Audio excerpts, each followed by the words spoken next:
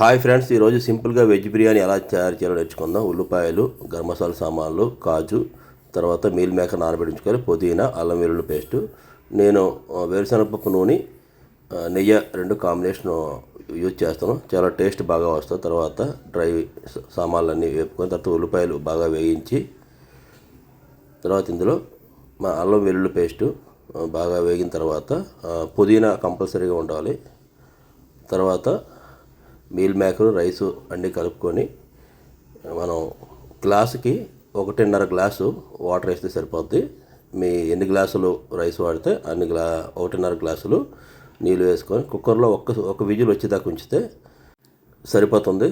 Rice కరెక్ట్గా మనకి water ఎక్కువ లేకుండా ఉంటుంది. దీన్ని ఒకసారి కలుపుకొని వేడిగా ఉన్నప్పుడే మనం సర్వ్ చేసుకుంటే చికెన్ కర్రీ కానీ మటన్ కర్రీ కానీ చాలా బాగుంటుంది. ఇటువంటి ఇంట్రెస్టింగ్ వీడియోస్ కోసం ప్లీజ్ సబ్స్క్రైబ్ నా ఛానల్.